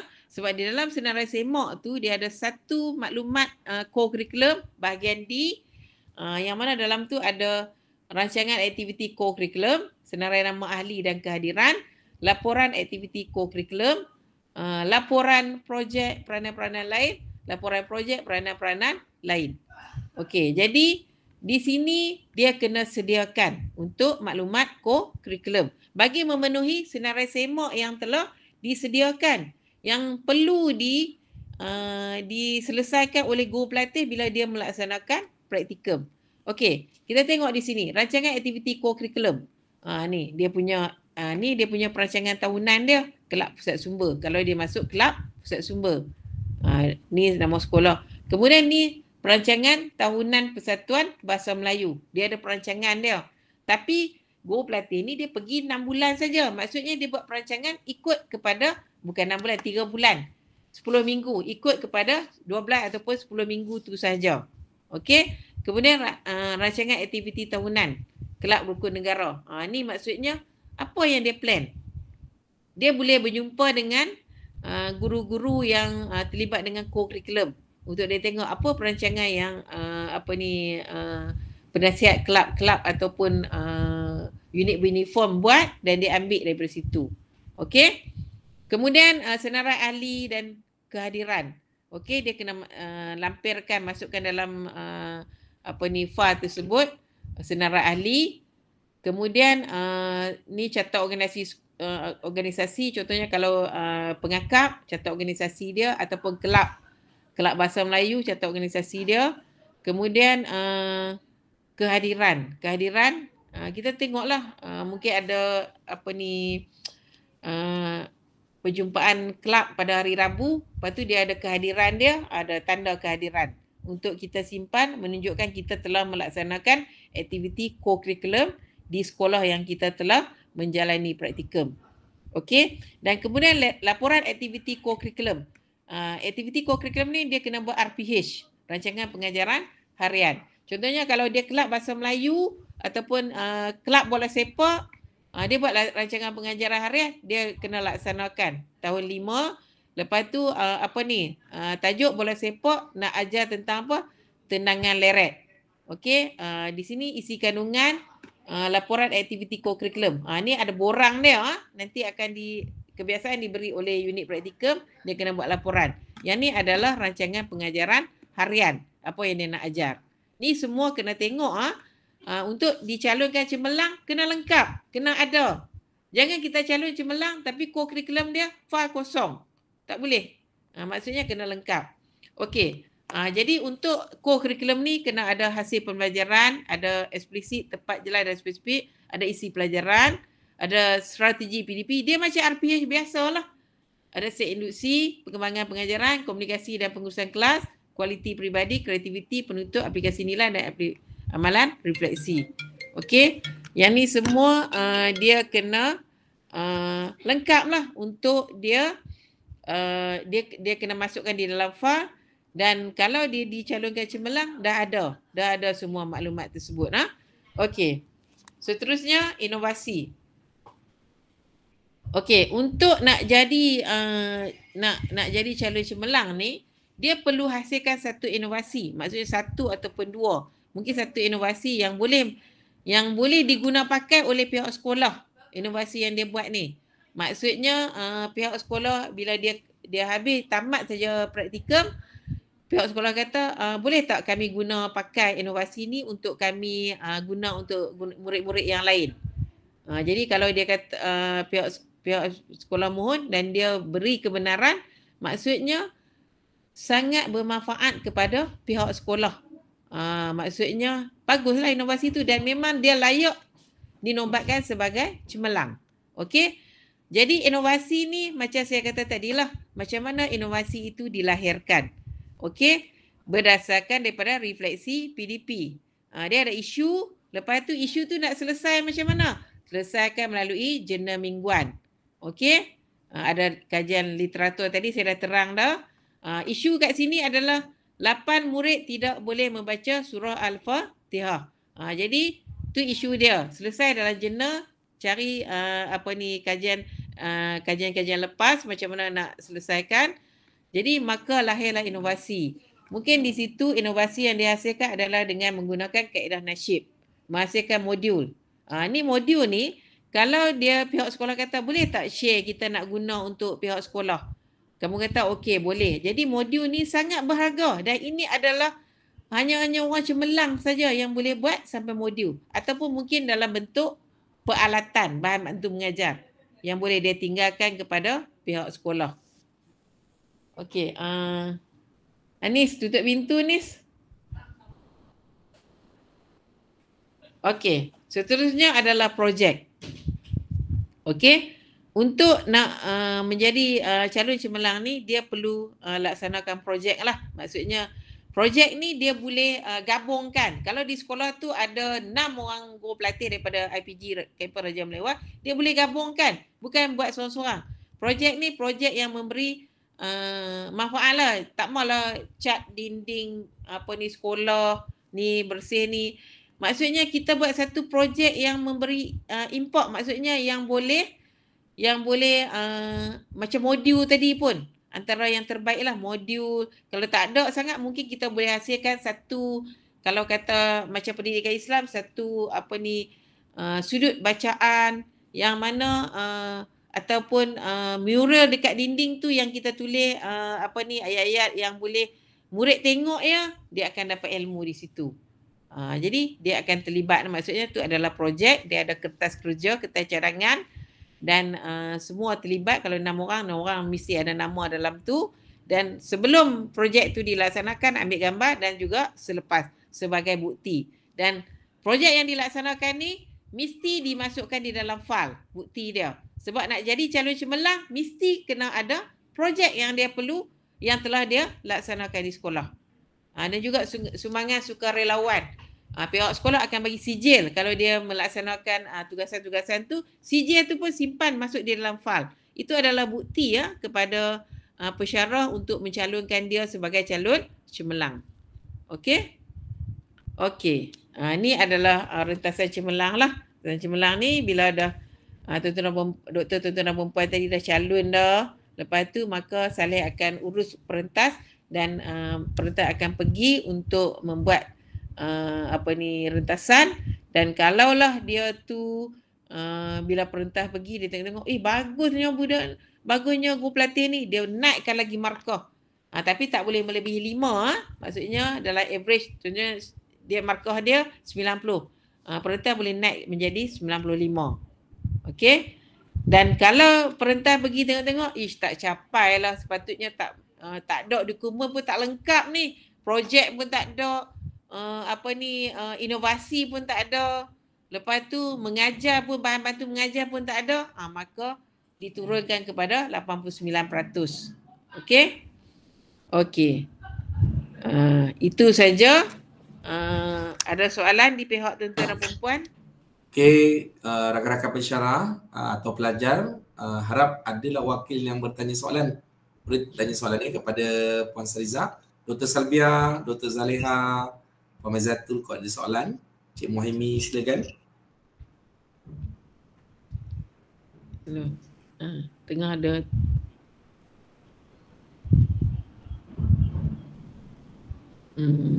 L M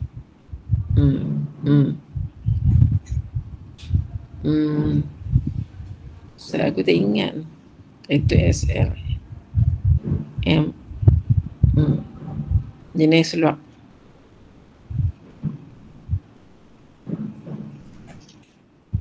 Ada ke? Hello. Ni dekat ni. Dekat Pekansik tu, kat kedai Pasar Raya tu. Pasar Raya dekat Syami duk jual tu. Stage. Kat sini. Okey. Okey, ada soalan? Kalau tak ada, kita tengok. Saya pasang ni sekejap ya. Saya pasang ni sekejap, boleh tengok semua. Okey. Kalau tak ada, kita tengok yang tu macam mana pelajar guru pelatih tu. Bismillahirrahmanirrahim. Assalamualaikum warahmatullahi wabarakatuh. Saya Siti Nur Aisyah binti Mak Nayan dari kuliah 7.04. Saya telah ditempatkan sekolah praktikum di SK Putrajaya Prenzin 5 di bawah seliaan pensyarah Dr. Abdul Aziz dan juga Dr. Abdullah. Kekuatan saya berdasarkan 5 komponen. Yang pertama sekali, saya berjaya merancang dan melaksanakan pengajaran dan pembelajaran yang betul-betul efektif dan efisien. Hasil pembelajaran saya adalah sangat eksplisit, mudah diukur serta memenuhi kehendak di SKP dan kebolehan murid. Buktinya, hasil pembelajaran saya meliputi audience, B. behavior, C. content, D. degree dan S. situation. Saya berkemahiran dalam memilih strategi yang sesuai dan berkesan untuk murid-murid. Antaranya, saya mengambil kira hasil pembelajaran, isi pelajaran dan perbezaan individu murid dalam memilih strategi. Antaranya, strategi berpusatkan guru untuk penerangan awal tentang fakta-fakta.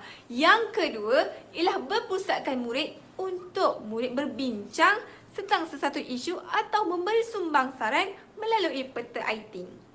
Seterusnya, aspek elemen merentas kurikulum, saya berjaya memilih EMK yang sesuai dalam PDP Bahasa Arab dan juga Pendidikan Islam. Antaranya, nilai murni, TMK, bahasa dan banyak lagi.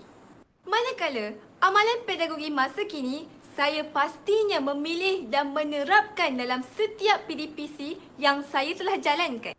Begitu juga dengan kemahiran insaniah, saya pastinya akan memilih kemahiran yang sesuai dengan aktiviti PDP. Sebagai contoh, saya memilih kemahiran pemikiran kritis dan penyelesaian masalah untuk aktiviti meneka kedudukan imam dan makmum. Kekuatan saya juga dapat dilihat dalam bahan bantu mengajar. BBM saya adalah kreatif dan menarik minat murid. Antaranya dalam bentuk gambar, carta, bahan mawujud serta saya juga menghasilkan slide PowerPoint dan video pengajaran saya sendiri, terutama dalam subjek Bahasa Arab. Ketiga, dalam aspek pentaksiran, saya berjaya menilai prestasi murid sepanjang PDP melalui lisan, tulisan dan juga atas talian. Lisan contohnya melalui sumbang saran, soal jawab, perbincangan, perbentangan, cerita dan tulisan pula melalui hasil kerja dan lembaran kerja murid dan terakhir melalui pentaksiran atas talian seperti kuis-kuis online yang telah saya beri. Maka pastinya saya akan memberi peneguhan positif untuk memberi maklum balas kepada mereka agar mereka lebih bermotivasi dan mencuba yang lebih baik. Saya dalam komponen refleksi. Pertama, dalam penyediaan portfolio, saya berjaya menyediakan dan melengkapkan dokumen-dokumen serta maklumat yang dikehendaki seperti mana objektif praktikum, juga yang seperti mana terkandung dalam senarai semak kandungan portfolio, termasuklah dalam memikul peranan dan arahan pentadbiran.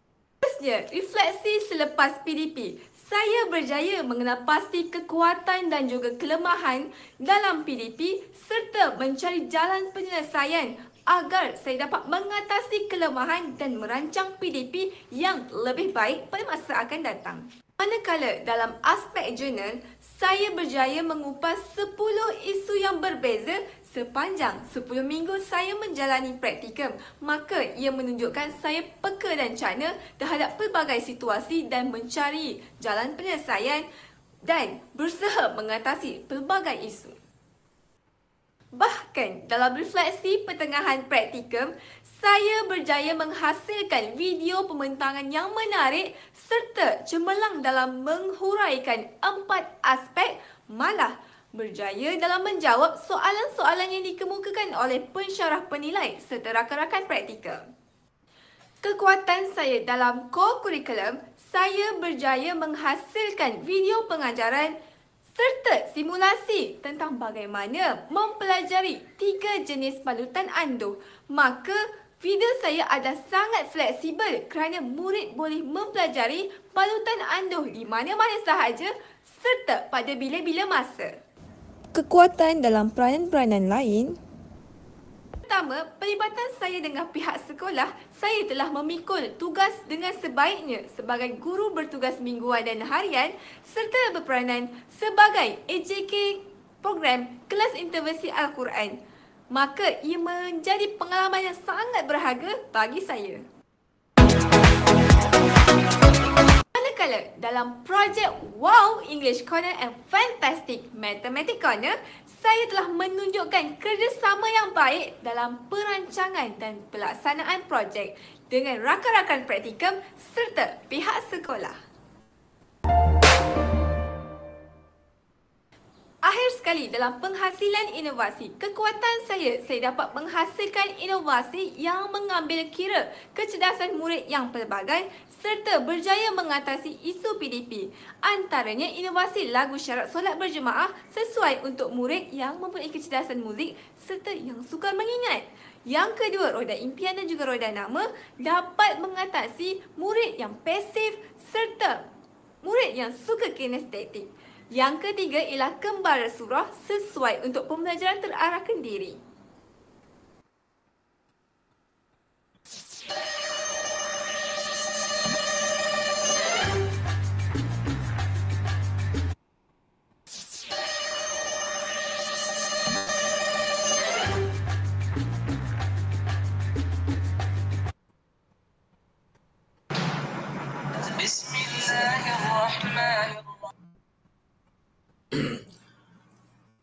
Okey, saya rasa itu sahaja video tadi. Okey, saya buka lagi yang terakhir. Ada lagi soalan daripada, ada tak apa-apa soalan daripada para pensyarah IPG Kampus Raja Melewar atau pelajar? Ada? Dr. Fauziah ada, Cik Tamel, Cik Muhaimi, Dr. Aisyah, Puan Talfiza, Puan Cik Saleh, nak mencelah Ya. sikit. Okey. Sebenarnya kalau kita tengok berdasarkan video tu, kita boleh jadikan sebagai panduan. Dan nanti Cik Saleh bolehlah tunjuk kepada Guru Pelatih macam itulah. Macam mana kalau nak dicalonkan cemerlang, macam itulah dia kena buat. Ya, saya dah forwardkan tadi kepada, saya dah letak dalam grup pelajar tadi. Saya Ya. cuma tertarik lah, maknanya memang betul-betul lah kita pilih cemerlang tu, pelajar Ya, tu dapat betul. presentation, terangkan pada pensyarah dia kenapa dia Betul. perlu dicalonkan cemerlang. Ya. Tapi saya ada satu soalan lah, satu soalan pada Puan Sarizal lah, mewakili Ya, semua pensyarah. Macam mana pula kalau tiba-tiba pensyarah dia nak calonkan pelajar dan pelajar menolak? Yang itulah isu dia sekarang. Okey. Dengan alasan tak bersedia. Okey, macam ni. Sepatutnya pelajar ni, Guru Pelatih ni dia kena akur. Dalam pelaksanaan, dalam tempoh dia belajar di IPG ni, dia tertakluk kepada peraturan. Kalau dia layak untuk dicalonkan cemerlang, dia kalau di sini memang kebiasaan kita kata tulis surat kat pengarah. Sebab apa dia tak mau? Sebab apa? Tu satu cara lah. Yang kedua, dia tak menghargai tau. Tak menghargai, sepatutnya dia diberi peluang untuk cemerlang. Dia sebenarnya di situ ada isu dia adalah isu dia sikap. Sikap dia malas nak buat persediaan lagi. Saya ingat kalau dari segi tak berani menghadapi perintah-perintah tu tak ada isu, sebab nak jadi cikgu ni takkanlah kita tak berani. Itu cabaran. Itu sedikit cabaran ya. Cabaran dia akan direntas oleh orang lain selain daripada pensyarah dia. Itu adalah satu cabaran kecil lah kita kata. Di luar sana tu lagi adalah dia akan jumpa cabaran-cabaran yang lebih besar.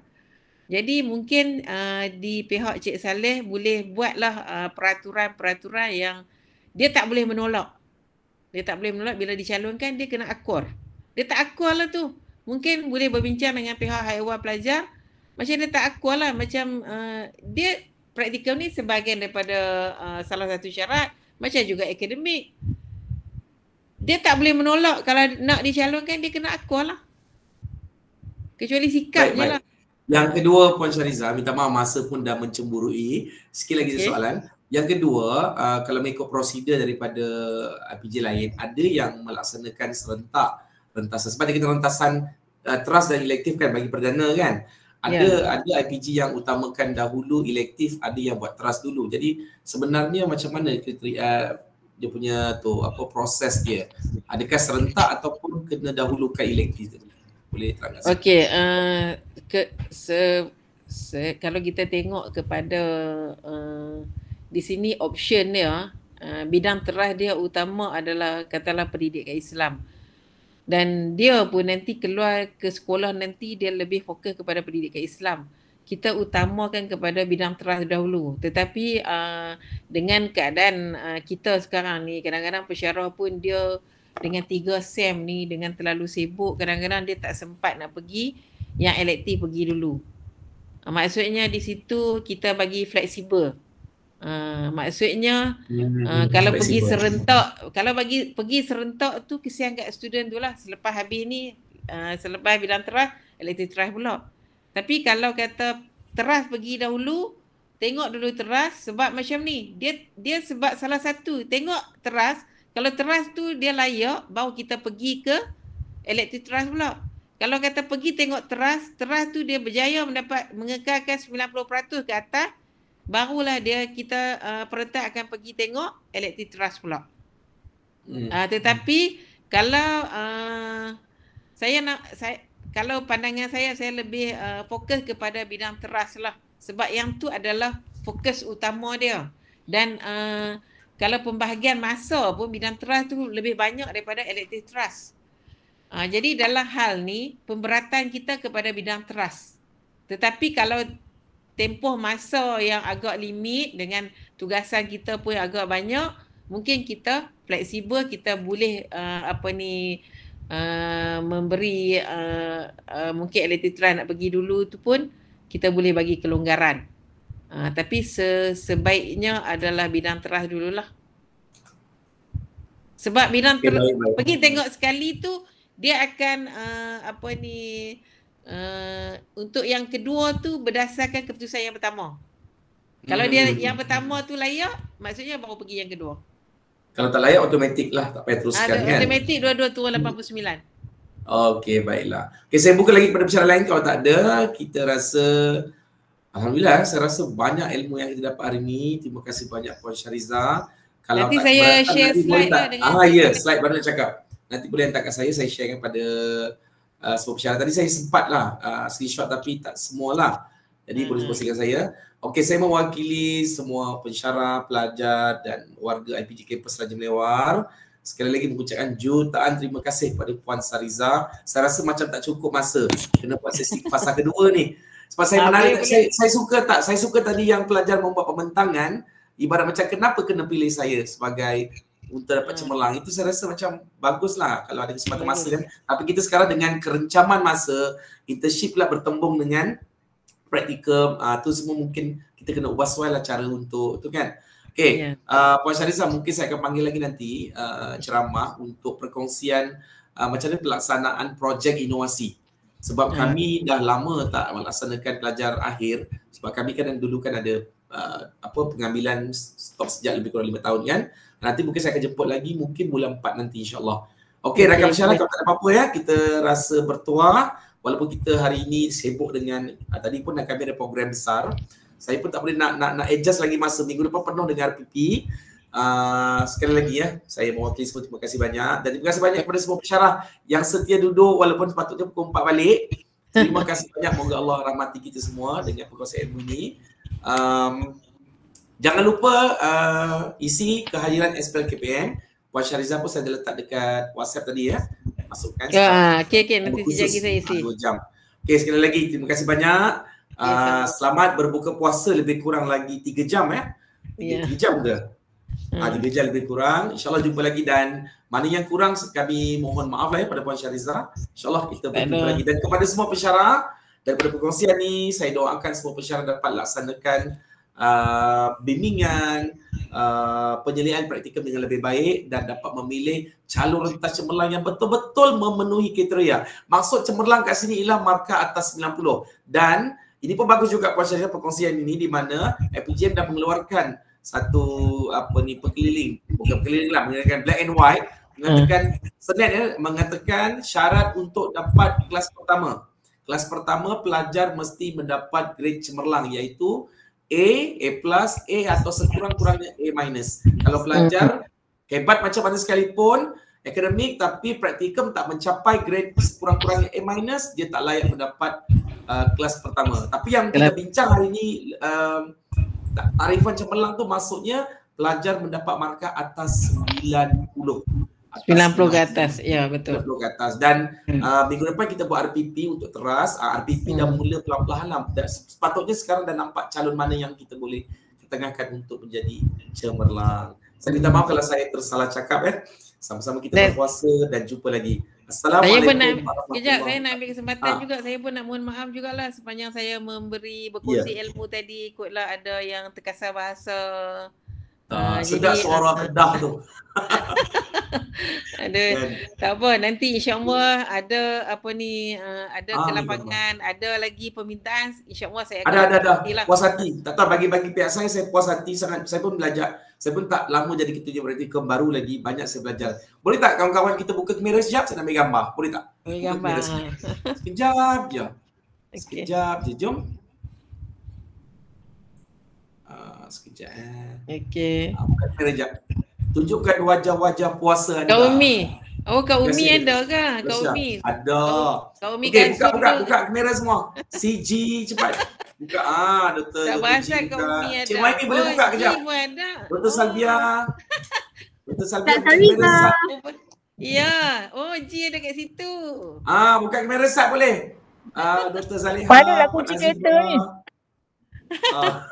Okey, senyum semua, senyum. Senyum. CG. Loro. Okey, saya dah ambil dah. Okey, kita akhiri dengan tasbih kafarah dan surah Al-As.